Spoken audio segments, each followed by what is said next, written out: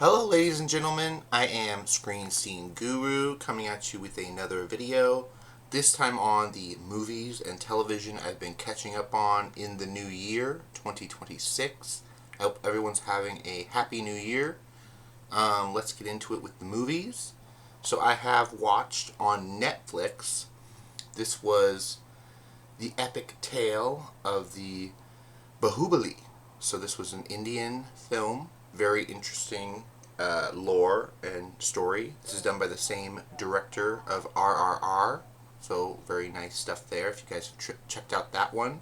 I've also watched Triple R, and I'm a big fan of that. So going into the story, we've got a legendary warrior emerges from humble beginnings to challenge powerful forces threatening his homeland as ancient prophecies and family bonds shape his journey.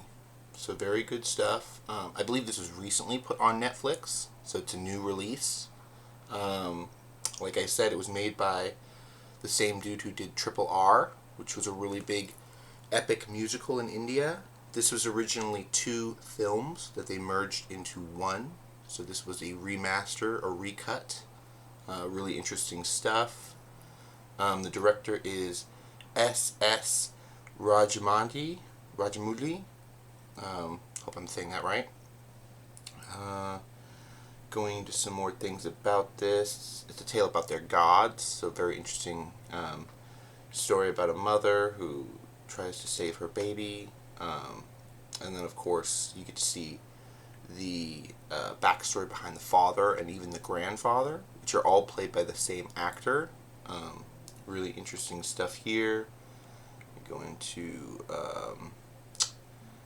the acting. Okay, so yeah, the Baahubali is played by, let's see if I get this right.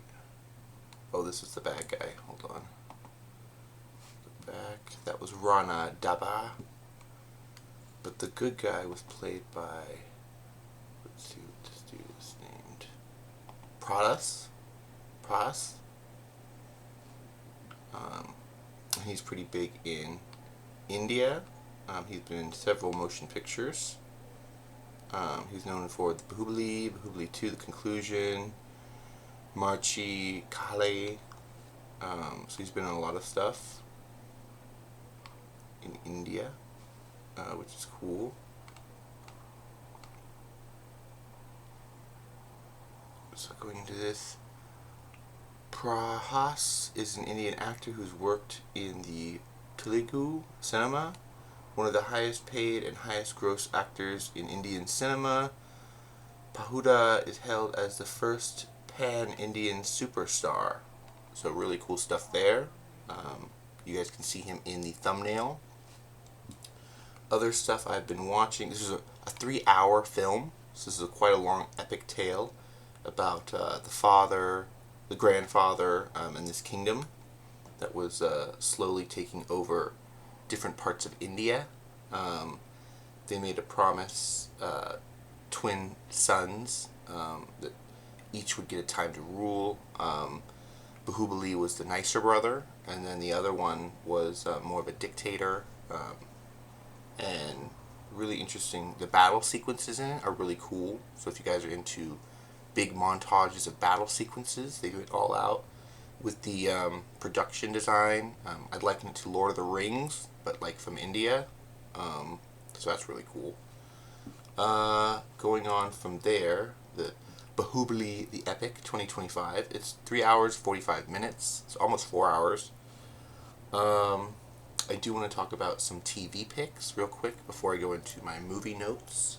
If you guys have watched my channel for any amount of time, you know this is typically how I do things. I'll talk about several topics.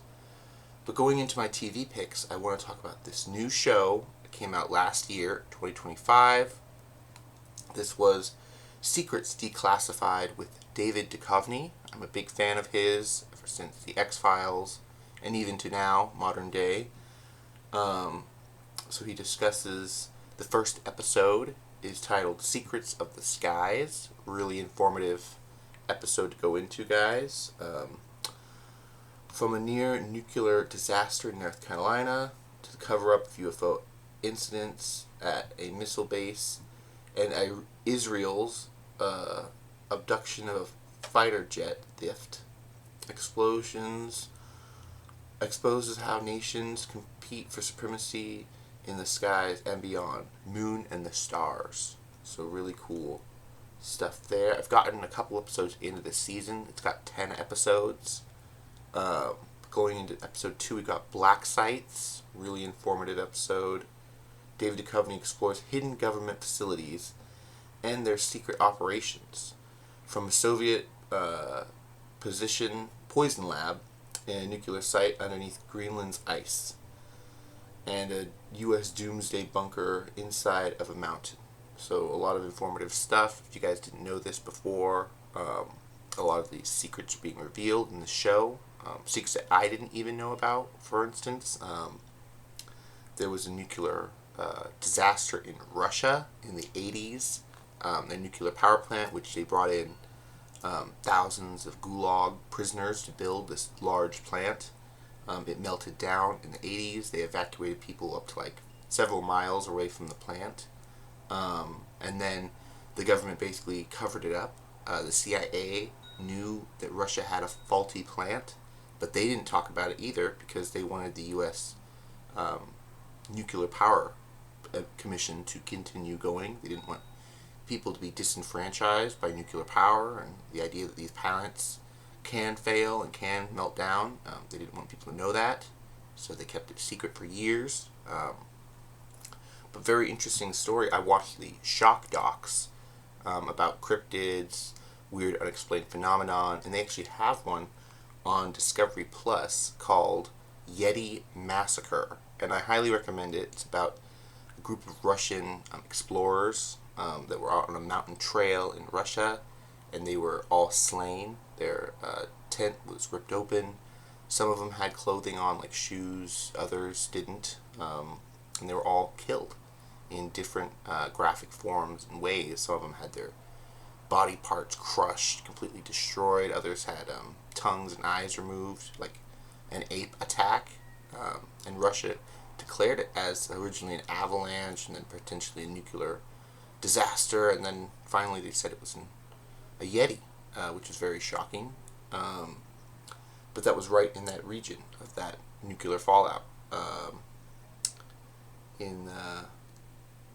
Very interesting stuff. Then we've got Strange Weapons, episode 3. Or sorry, that's episode 4. Episode 3 is Extreme Missions. So extreme missions, from deep sea diving, tapping Soviet cables, to special ops teams, deploying a bomb in the enemy territory and declassifying records. So show elite forces extreme missions in hostile zones. So this was another good episode. Not much to go into this episode besides, the different tactics of like extreme things they have to do on enemy lines. They talked about how one group of, I believe it was captured Iranian hostages, had to pretend to be a Canadian film crew to get out of the country because the government was collapsing and they were going through a new regime. So this group of American hostages went in with help from the CIA and faked being a Canadian film crew to get out. They couldn't get all the hostages, of course, but they got a small group out by basically concealing their true identities. So that's really cool. I got up to episode like 4 or 5, and then I stopped watching. So that's where I'll stop the reviews. But Strange Weapons was episode 4. From atomic tests in 1950s, stronger than Hiroshima, to CIA poison guns and plots to freeze Hitler. Classified files reveal bizarre military weapons programs that balanced between apocalyptic and absurd. So, yeah, there was a lot of weird experiments going on, especially in the 60s and 70s.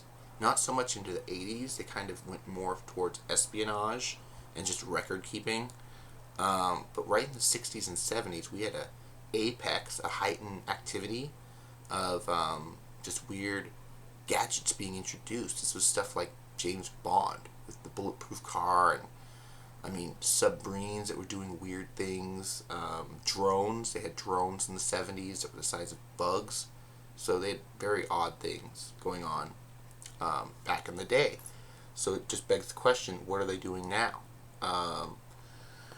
Going on to episode 5, this will be my last reviewed episode because this is where I left off. Mind games. So, this is a really interesting episode, guys and gals. Government mind control programs weren't just functioning from CIA truth serum tests to Army psyops in Vietnam. Nations have tried controlling minds of enemies and citizens through deprived experiments. So they talked about how in Vietnam they had the ghosts of the ghosts of Nam, basically, the recordings of ghosts, dead people, telling them to drop their weapons and not fight. They talked about how the government, has been giving all forms of soldiers drugs, not just the CIA. They were also giving the Army, the Marines, cocktails of drugs to see if that would be performance enhancing. And they passed it along and saying it was a vaccine. So they've done this numerous times to our own people. They've done this to the low-income ethnic communities in the U.S. They've done chemical drops in the Harlem areas, and people have been exposed to thick fog coming off of trucks and trailers. So there's been just terrible, outrageous things that have happened in our past, which people are still alive who remember them happening. Very interesting stuff here. I wanted to cover it, just to get your guys' knowledge and awareness of it. So I talked about Baahubali, the legend, the epic. I talked about Secrets of Declassified with David Duchovny, which is really cool. First 5 episodes are down, so check those out. Now I'm going to be going into some Ghost Adventures, guys, because they've got new Ghost Adventures, which kind of borders on the realm of ufology, if you ask me. So I caught up in the last 2 episodes, which were Midnight at the Museum. That was December 24th. Happy Christmas for everyone. Unsettling paranormal events near an exhibit of notorious serial killer Samuel Little. So I didn't like this episode very much because I felt like they kept going over the serial killer and what all he did. And of course they talked to a journalist who interviewed him before he died. She wrote a book about him and his crimes. She talked about how she got very personal with this serial killer. And she even got to be the main the person that takes in your belongings after you die. The person that basically is controlling the will or gets possession of the objects. She got Samuel Little's ashes and put them in her house, which I would not recommend, especially for a serial killer. She says he was a very dark man. He killed women mostly, and tried to resuscitate them and kill them again. So he was what they called a soul eater. Not good stuff.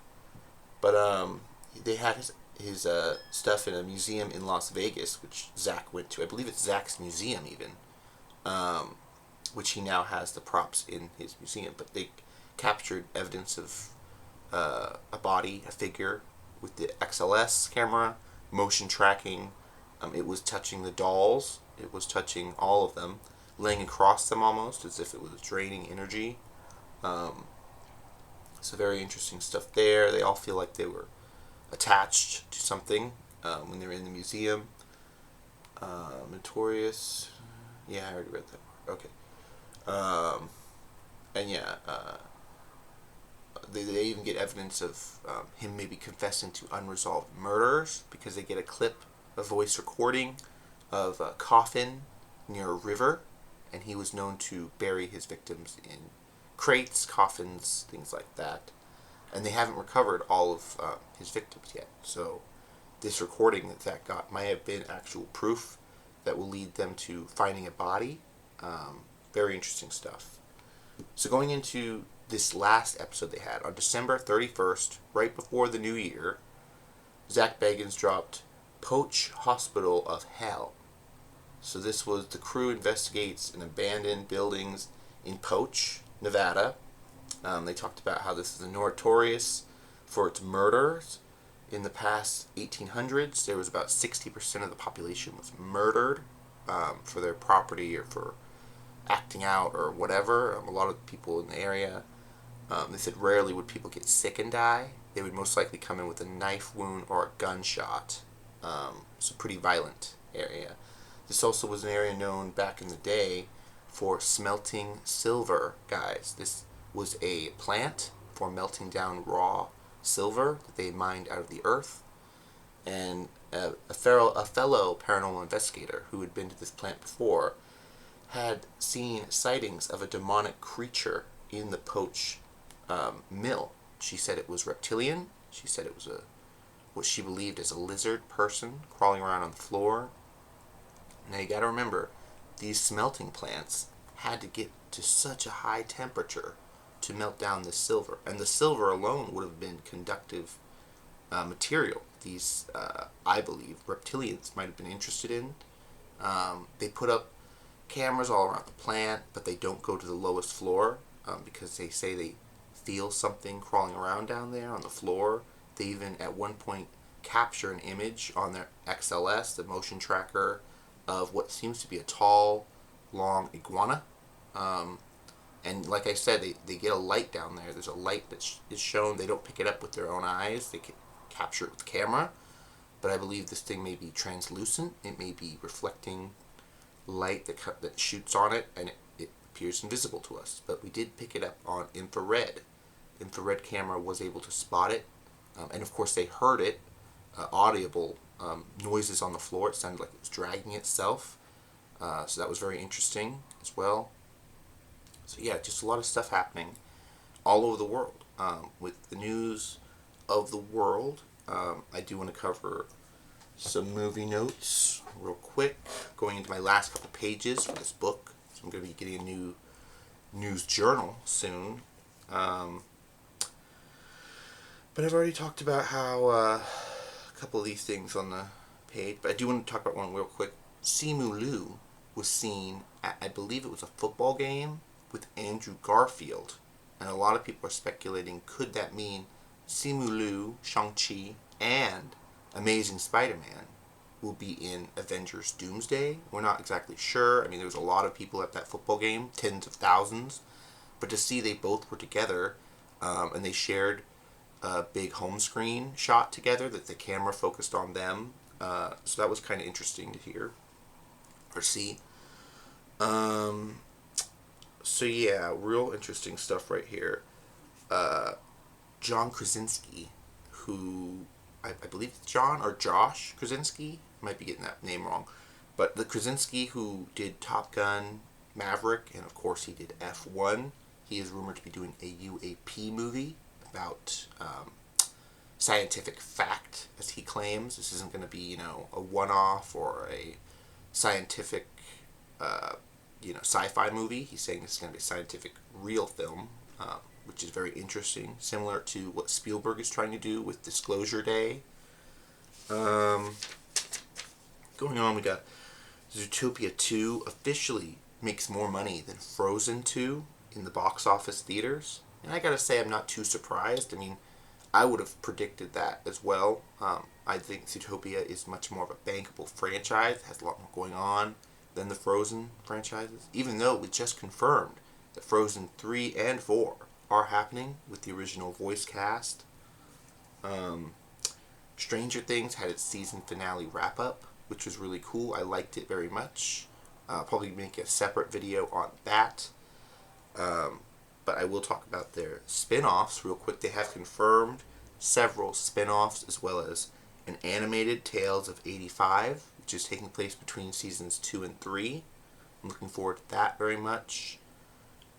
As well as like their live-action spin-offs. They're supposedly going to do a Steve and Dustin spin-off about paranormal investigating in Hawkins. They talked about doing a Nancy spin-off, and then, of course, others. Shia LaBeouf is talking about returning for Transformers, so that's kind of interesting that Shia LaBeouf is coming back for the Transformers franchise. I just watched Beast Wars last night, and it was pretty good. Better than I remember it. Jordan Peele talking about doing Blade. So this was a rumor a couple weeks ago that Jordan Peele's Monkey Bone or Monkey Paw company was talking about doing a new movie for Marvel, and people, of course, speculated it would be Blade. God of War should start filming in March of 2026. So that's speculatory that Amazon's going to be ready to shoot this thing by March. Hopefully we'll have everything ready. Bryce Dallas Howard talked about how much fun she's had making Ahsoka Season 2 and said that it's the best experience she's had at Lucasfilm, which is very interesting because she's done things for Mandalorian and she's done Book of Boba Fett, which wasn't that good. She helped out on Skeleton Crew, which I liked. And then now she's doing Ahsoka Season 2, and she's saying that she's having the most fun she's ever had. So there's something there. Let's see. Okay, so going into the story plot for Season 2 of Ahsoka real quick, guys. We're hearing that half the story is going to be taking place on Peridia, which is the planet they were on at the end of Season 1. Ahsoka, Sabine. And then, of course, the apprentice. The Night Sisters are going to be a very big part of the show. Apparently their origins and how they learn the Force. I talked about in a previous video. They might reference the Zepho from the video games, because they talked about how the Zepho, I guess, came down and taught the Night Sisters the Force, but they interpreted it as magic instead of, the Force. Spoilers going on for Mandalorian and Grogu. They're going to have a fight on Navarro, their home planet, and then I guess their home is going to get destroyed, which is sad because the last time we saw them, they were living at home, taking it easy. But now, I guess the Imperial Remnant is going to be going after them and that planet again. They haven't really said whether or not they're going to have a cameo for Carl Weathers, because he unfortunately passed. We're not sure if they filmed ahead of time for a cameo sequence with him or not, but it'd be very good if they did.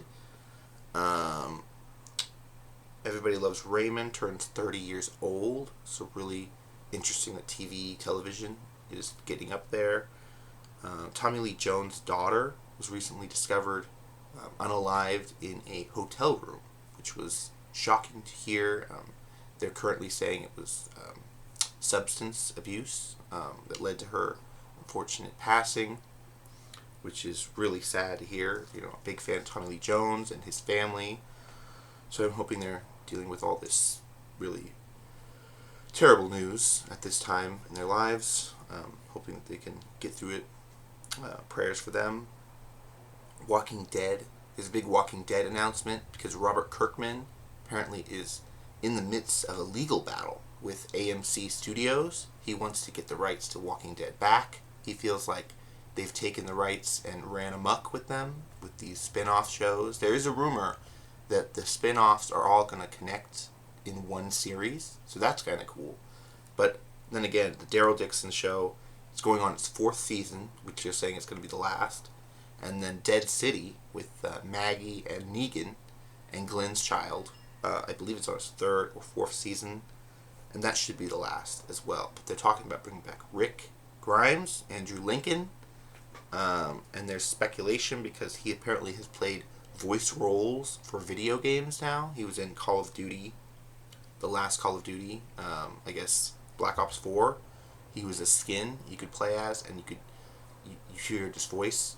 And then I guess this recent World War Z video game that came out with, mobile game, there's a skin of The Walking Dead, Michonne, Rick, and another character you can play as, and they use their voices in the game. So this is making a lot of people speculate. Robert Kirkman talked about years ago he wanted to make a Walking Dead animated series to be almost exactly like the comic and to do it up that way because he wasn't satisfied with how the series was going live action. And this was back when Rick first left the show at season 7 or 8. Robert Kirkman talked about he's not satisfied with where it's going. So that's very interesting to hear all that stuff. Stranger Things finale did release in theaters. I do want to talk about this real quick because it talks about the movies in the box office. So, apparently, the theaters that released the Stranger Things movie, specifically AMC theaters, got $25 million off it, but that was because they didn't sell tickets to the screening. They sold concession stand, which is basically food. You had to buy a $25 food voucher, which paid for your food. The screening, the ticket was free, but this allowed the theaters to retain all the money and not have to pay out to Netflix. So this is a very interesting move. Apparently, the actors involved in Stranger Things signed into their contract that Netflix can't get paid for releasing this theatrically. They have to give their money to the theaters. So that's very interesting stuff. They talked about this years ago when HBO Max was trying to make the Snyder cut of Justice League. They talked about the film should be free for the audience. They should just have to pay for a concession stand voucher, which would be $20, $25. And that way the theater can retain all the money, keep the lights on. So they did that with Stranger Things. That's very interesting. Leonardo DiCaprio came out in an interview recently and he asked, people aren't going to the movies anymore, to the theater. He's suggesting they're going to become more like jazz clubs. So that's very interesting for fans of jazz and looking at the way that jazz clubs went. There are not a lot of them around anymore. Interesting claims that Leonardo DiCaprio, who just was in one of the biggest movies of the year, One Battle After Another, saying that theaters are becoming more like jazz clubs. Interesting. Miles Clayton wins Best Young Actor for his role as Sammy Moore in Sinners. Really awesome Critics' Choice. This is probably the best Critics' Choice they've had in years. And I'm not just saying that because they gave Sinners an award. I'm saying that because they gave a lot of awards to a lot of people that deserve them. Welcome to Derry, Season 2. It's been confirmed now by HBO Max and by Stephen King. He's executive producing. They said it won't be out until 2027, which was kind of a shock to me. I thought it would be out by next year. Or, I guess it is out by next year, but take a year to shoot it, and then a year it comes out. Interesting. Crash Bandicoot is getting a series on Netflix, animated series, and then they want to do the Sonic route, which is basically live action Crash Bandicoot. Who could be the antagonist? Who could be the person to play the role? I'm not sure. I think they should get someone funny to play the role, I think. And then I wouldn't mind seeing Jason Momoa show up in it, or someone else. Man of Tomorrow plots leaked from the characters. I guess James Gunn was recently in an interview talking about how he feels like the aspects of Lex Luthor and Clark are himself. So he feels both like a monarchical villain and a superhero, which is kind of interesting look into James Gunn's head. Yeah, very interesting. In the Mind of a Killer, a new series coming out on Fox. It's about a mob hitman who has a family, has a stable life at home somewhat, and then now he's experiencing dementia, memory loss, and he's confusing the people he's talking to between cops and the mob and where he's stashing the bodies. It looks like a ridiculous show, but it's coming out on Fox. I figured I'd talk about it. I'm waiting for the Ryan Murphy stuff to start up again, all the 911 shows. The Beauty had a new teaser trailer with Ashton Kutcher, which was really interesting to see. I haven't seen him in a while, so the fact that he did a commercial for The Beauty looked very interesting for Ryan Murphy. I'll definitely check that out. But that'll do it for all my movie notes. What have you guys been watching? What have you guys been checking out recently? Let me know down in the comments below. Before I leave you guys, I do want to show off some really cool books I got for the holiday. Some Star Trek books. We got Pleadable Truths. This was a Next Generation book, which literally takes place right as Next Generation ends and Deep Space Nine begins. I started Deep Space Nine, The Emissary Part 1 and 2, This is literally a book like right about that event with the Cardassians and the Bajoran border skirmish. So really cool to check this out. It's only about, let's see,